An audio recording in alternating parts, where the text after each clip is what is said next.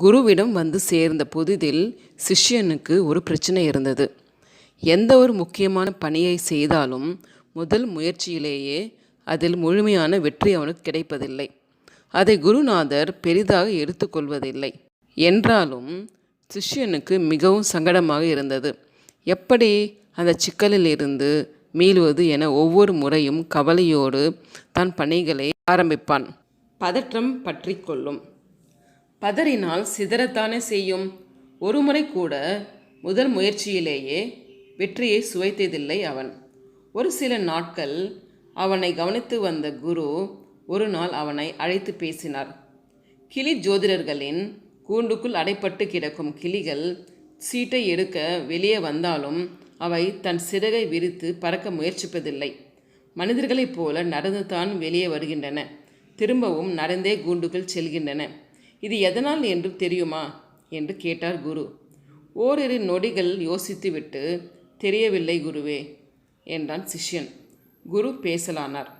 சுதந்திரமாக பறந்து திரியும் கிளியை பிடித்தவுடன் முதலில் அதன் சிறகுகளை வெட்டி எடுத்து விடுவார்கள். சிறகிழந்த கிளியானது அதை உணராமல் பறக்க முயற்சிக்கும். ஆனால் அதனால் இயலாது. தனக்கு சிறகுகள் இல்லை என்று கிளிக்கு தெரியாது. மீண்டும் மீண்டும் பறக்க முயற்சிக்கும். ஒவ்வொரு முறையும் தோற்றுப்போகும். கவனமாக கேட்டுக்கொண்டிருந்தான் சிஷ்யன். வெட்டப்பட்ட சிறகுகள் மறுபடியும் நாளடைவில் வளர்ந்துவிடும். கிளியால் அப்பொழுது பறக்க முடியும். ஆனால் அது பறக்க முயற்சிப்பதில்லை. தான் ஒவ்வொரு முறையும் பறக்க முயன்று அது பலிக்காததால் தனக்கு இப்போது சக்தி இல்லை என்று அது தவறாக நம்பிக்கொள்ளும். சிறகை விரித்து பறக்கும் பழக்கத்தையே மறந்து போய்விடும். குருவின் வார்த்தைகளை கேட்க கேட்க கிளிக்கும் தனக்கும் இருக்கும் ஒற்றுமை என்ன என்பது அரைக்குறையாக புரிந்தது சிஷ்யனுக்கு. முழுமையாக புரிய செய்தார் குரு. எத்தனை முறை தோல்வி அடைகிறோம் என்பது முக்கியமல்ல.